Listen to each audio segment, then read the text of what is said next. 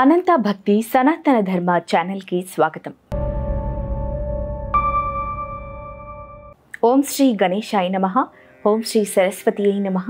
ఓం శ్రీ గురుభ్యో నమః. పరంపర వర్ణనం 26వ అధ్యాయము. విశ్వామిత్రుడితో భీమునితో ఆ తర్వాత జరిగిన కథా సంగ్రహాన్ని ఇలా వివరించాడు.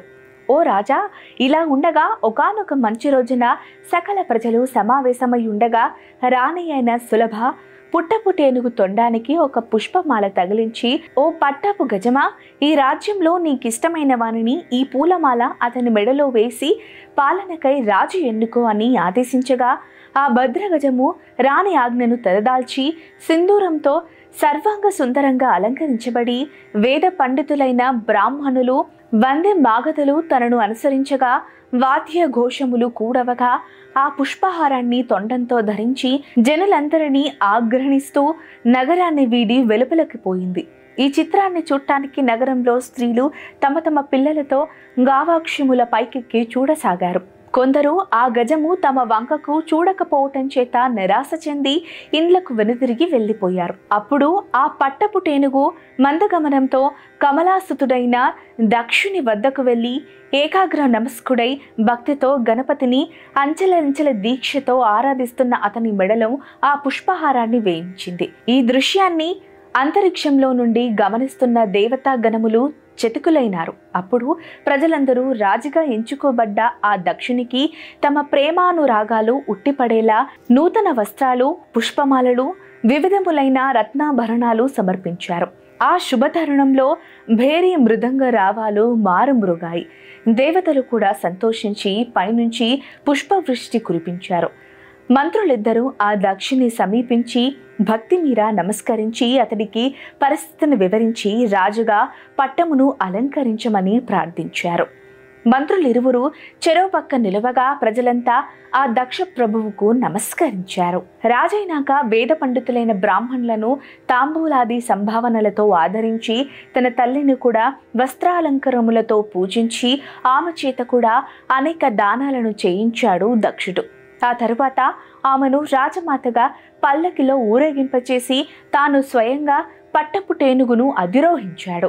నానావర్ణ పతాకములతో పూల తోరణాలతో అలంకరించబడిన రాజనగరులోకి మంత్రులిరువురు ఆశ్వారుడులై అనుసరించి ప్రవేశించారు. వంది మాగధులు జయ ధ్వానములతో కైవారము చేయసాగారు. అప్సరసలు నాట్యంతోనూ గంధర్వులు తమ అమర గానంతోనూ రచించారు. ఇక ప్రజలంతా ఒక సముద్రంలా జయ ధ్వానాలు ఉచ్చస్వర్వంతో చేయగా సామంతులు పురప్రముఖులతో కూడిన రాజులోకి ప్రభువైన దక్షుడు ప్రవేశించాడు. ఒక పల్లకిని చక్కగా అలంకరించి ముద్గల మహర్షిని సగౌరవంగా కొనిరమ్మని దక్షుడు ఆదేశించాడు. పల్లకి కూడా మంత్రి సుమంతుడి చిత్ర చామరాది రాజలాంఛనములతో ముద్గలుని వద్దకు పంపాడు. అప్పుడు వారు రాజ ఆజ్ఞను అనుసరించి ముద్గలుని పల్లకిలో ఆరోహింపజేసి తమ వెంట సభాస్థలికి తీసుకువచ్చారు. అది చూచిన రాజు సింహాసము నుండి దిగ్గున లేచి మహర్షికి సాదరంగా ఎదురెళ్ళి తన కిరీటంతో సహా ఆయన పాదాలకు తలను భక్తితో ఆంచి ఆయనను రాజసింహాసనంపై కూర్చుండజేసి ఆయన అనుమతితో తాను మరో ఆసనంపై కూర్చున్నాడు. సామంత రాజుల బృందంతో పాటు ఆ ముద్గలుని యథావిధిగా సత్కరించి భక్తితో ప్రణమల్లాడు. అతిథి పూజను చేసి పాడి ఆవును 5 మహర్షికి వినయంగా సమర్పించాడు. అప్పుడు దక్షుడు ముద్గుల మునితో ఇలా అన్నాడు. ఓ మునిసత్తమా, తమ యొక్క మహిమా విశేషం ఇప్పుడే ఈ పురజనులకు వెల్లడయింది.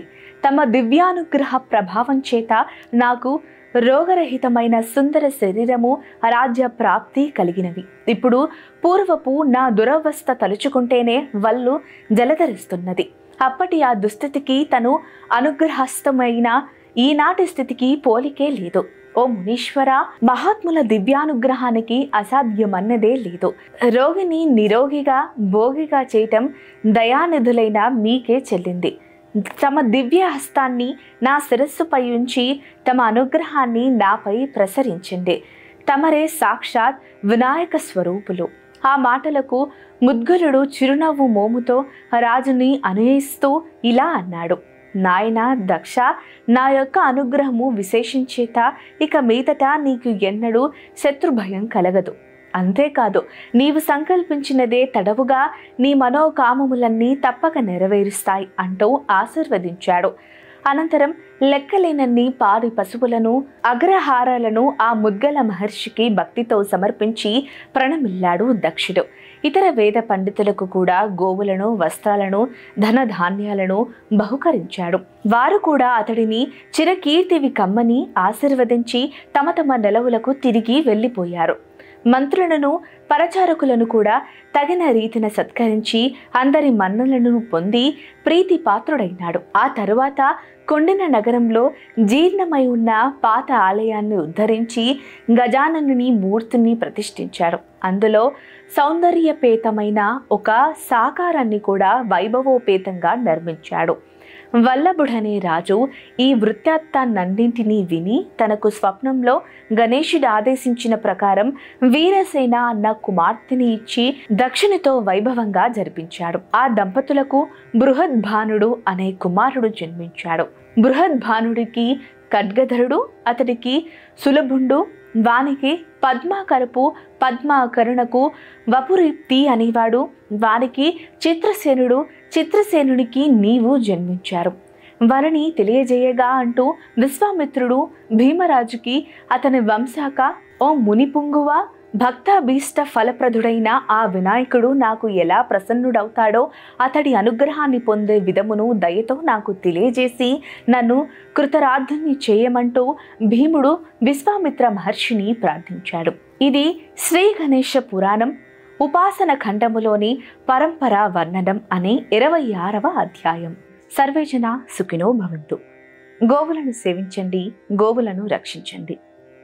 ప్రకృతిని కాపాడడం మన ధర్మం. దయచేసి ప్రతి ఒక్కరూ ఒక్క మొక్కైనా నాటండి.